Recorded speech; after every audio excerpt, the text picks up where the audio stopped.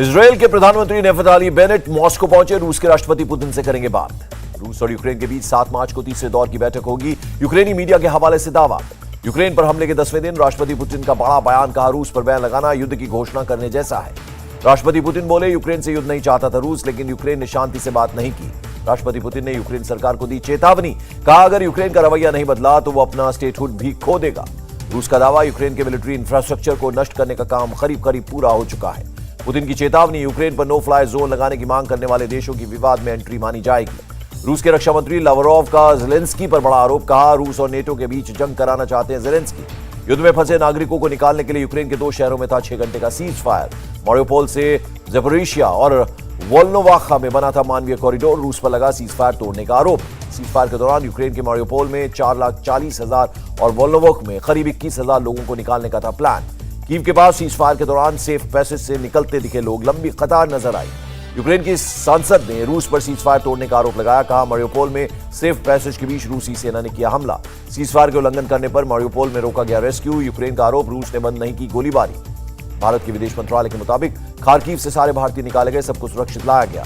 विदेश मंत्रालय ने सूमी से भारतीयों को निकलने को बताया चुनौती, कहा सूमी में हिंसा जारी, ट्रांसपोर्टेशन की कमी। भारत सरकार के मुताबिक ऑपरेशन गंगा के तहत 63 उड़ानों के जरिए अब तक 13,300 भारतीय आए। यूक्रेन में फंसे भारतीयों को लेकर भारत सरकार चिंतित, सभी छात्रों से सुरक्षित जगहों पर रहने के लिए कहा।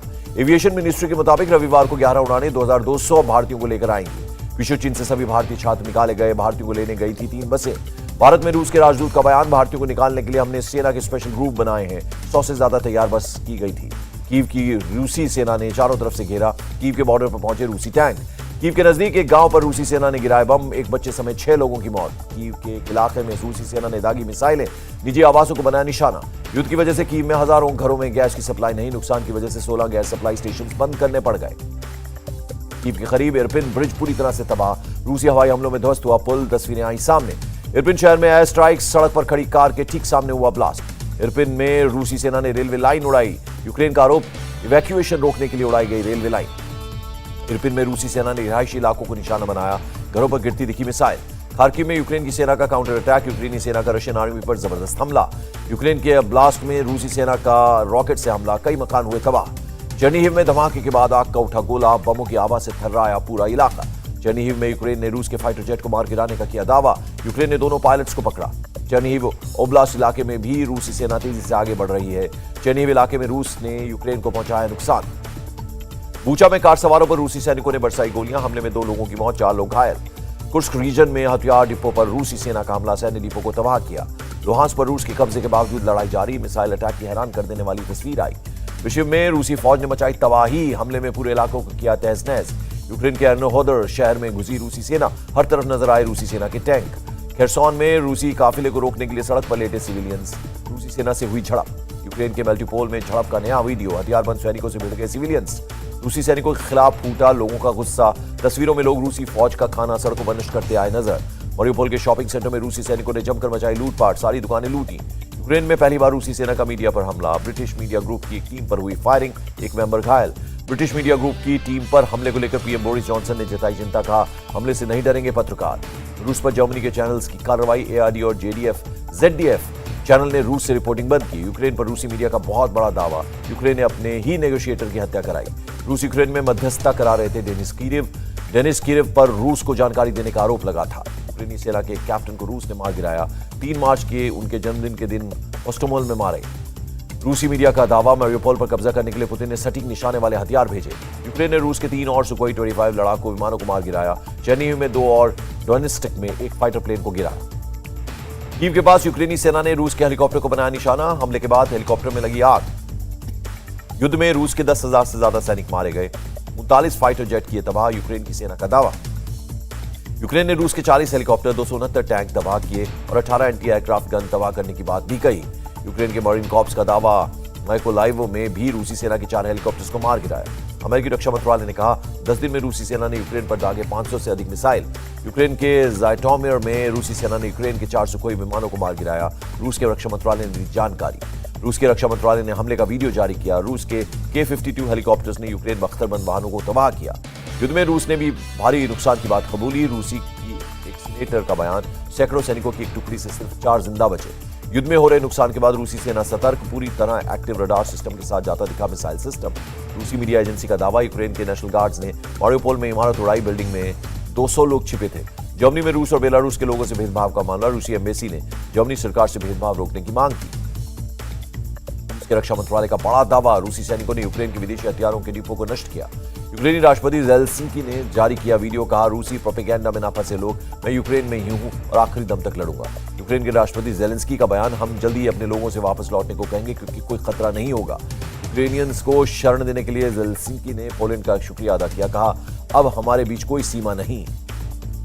राष्ट्रपति ज़ेलेंस्की ने ऑस्ट्रेलिया के पीएम स्कॉट मॉरिसन से की बात, सैन्य और मानवीय सहायता पहुंचाने के लिए धन्यवाद किया। रूस के खिलाफ युद्ध में हिस्सा लेने के लिए 66,000 से ज्यादा यूक्रेनी नागरिक विदेशों से अपने वतन लौटे। यूक्रेन के रक्षा मंत्री ने दी जानकारी। यूक्रेन के विदेश मंत्री ने हमले में घायल लोगों की तस्वीरें शेयर की, लिखा पुतिन को रोकने के लिए हमारी मदद करें। विदेश मंत्री ने कहा रूसी जहाजों के लिए सभी यूरोपीय बंदरगाहों को बंद कराया जाए, अब कार्रवाई का समय आया। यूक्रेन के पूर्व राष्ट्रपति पेट्रो पोरोशेंको की पश्चिमी देशों से मांग, रूस से युद्ध के लिए हथियार मुहैया कराएं। यूक्रेनी सांसद लेजिया वोजलिंको ने राष्ट्रपति पुतिन पर साधा निशाना, का स्टालिन और हिटलर को एक साथ रखना चाहते हैं पुतिन। यूक्रेन की सांसद लेजिया ने कहा 4 करोड़ से ज्यादा आबादी वाले देश में खून बहाना नरसंहार जैसा। यूक्रेन और नेटो के काउंसिल ने जारी किया साझा बयान, कहा रूस पूरे विश्व में आतंक फैला रहा है। यूक्रेन और नेटो के काउंसिल ने रूस से तुरंत हमले रोकने की मांग की, कहा परमाणु संयंत्रों पर सैन्य कार्रवाई रोके रूसी सैनिक। ईरान परमाणु समझौते का समर्थन करने से पहले रूस ने अमेरिका से मांगी लिखित गारंटी, प्रतिबंधों से रूस के आर्थिक हित से नुकसान नहीं पहुंचाएगा अमेरिका। रूस के विदेश मंत्रालय का बयान, रूस में यूक्रेन को ब्रिटेन द्वारा हथियारों की सप्लाई को रूस कभी नहीं भूलेगा। पश्चिमी देशों पर रूस का बहुत बड़ा आरोप, कहा डेनमार्क पोलैंड के नागरिक यूक्रेन की ओर से लड़ रहे हैं। यूक्रेन ने जर्मनी से मांगे हथियार, कहा टैंक, पनडुब्बी और लड़ाकू हेलीकॉप्टर दें। जर्मन रक्षा मंत्रालय के प्रवक्ता ने कहा हथियारों का शिपमेंट तैयार। रूस और बेलारूस पर यूरोपियन यूनियन की कार्रवाई, council of Baltic C state से किया सस्पेंड। ब्रिटेन के प्रधानमंत्री बोरिस जॉनसन का बयान, रूसी व्यापारियों पर अभी और प्रतिबंध लगाए जाएंगे। अमेरिकी विदेश मंत्री एंटनी ब्लिंकन बोले यूक्रेन की संप्रभुता और क्षेत्रीय अखंडता के समर्थन में अमेरिका और यूरोपियन यूनियन एकजुट। अमेरिका से अपने राजनयिक को वापस बुलाएगा रूस, स्पेशल विमान से लौटेंगे राजनयिक। रूसी सरकार के प्रवक्ता दिमित्री पेस्कोव का बयान, रूस से तेलों के व्यापार पर प्रतिबंध से ग्लोबल एनर्जी मार्केट्स पर पड़ेगा असर। रूस ने पश्चिमी देशों से व्यवहार पर जताई आपत्ति, कहा वो डाकुओं की तरह व्यवहार कर रहे हैं। युद्ध को लेकर फेक न्यूज फैलाने वाले रूसी राष्ट्रपति पुतिन सख्त, फेसबुक ट्विटर पर लगाई रोक, गलत खबर फैलाने पर होगी जेल। फेक न्यूज को लेकर बनाए कठोर कानून का रूस ने किया बचाव, कहा रूस इंफॉर्मेशन वॉर के दौर से गुजर रहा है। रूस के कदम के खिलाफ कई पश्चिमी मीडिया ने रूस में रोका अपना कामकाज, सीएनएन ने रोका प्रसारण, बीबीसी और ब्लूमबर्ग ने भी रोका अपना ऑपरेशन। फॉर्मूला 1 टीम हास ने रूसी ड्राइवर निकिता मजुपिन को हटाया, प्रायोजक उराल कली से तोड़ा अनुबंध। अमेरिका के कंप्यूटर गेम डेवलपर ने रूस में अपना बिजनेस बंद किया, कहा अपने गेम की बिक्री को रोका। अमेरिकी उद्योगपति एलन मस्क ने अपनी सैटेलाइट इंटरनेट कंपनी से रूस से जुड़े समाचार हटाने से किया इनकार, कहा मजबूर किए जाने तक नहीं उठाऊंगा कोई कदम। रूसी एयरलाइंस एरोफ्लोट का सभी अंतर्राष्ट्रीय उड़ानों को रोकने का फैसला, 8 मार्च से लागू होंगे नियम। यूक्रेन संकट पर बोले गृहमंत्री अमित शाह, भारतीयों की वापसी की तैयारी पर जनवरी से ही काम करना शुरू कर दिया था। यूक्रेन के पड़ोसी देशों ने रूसी भाषा जानने वाले अधिकारियों को भेजा गया था। फरवरी में एडवाइजरी जारी कर दी गई थी। रोमानिया और मोल्दोवा से पिछले 7 दिन में 6,222 भारतीयों को निकाला गया। केंद्रीय मंत्री ज्योतिरादित्य सिंधिया ने दी जानकारी। इस सप्ताह के अंत तक यूक्रेन छोड़ने वालों की संख्या बढ़कर 15 लाख हो सकती है। संयुक्त राष्ट्र मानवाधिकार परिषद का बयान, यूक्रेन में जंग के बाद अब तक 12 लाख लोगों ने छोड़ा देश। संयुक्त राष्ट्र ने जारी किए आंकड़े। युद्ध की वजह से लोगों को यूक्रेन छोड़ना लगातार जारी, भारी संख्या में बॉर्डर क्रॉस कर पोलैंड जाते नजर आए लोग। यूक्रेन की राजधानी कीव से ट्रेन सेवा जारी, सैकड़ों महिलाओं और बच्चों को लेकर बाहर जा रही है ट्रेन। यूक्रेन पर हमले के खिलाफ टोक्यो में सड़कों पर उतरे लोग, रूस के खिलाफ जमकर हुई नारेबाजी।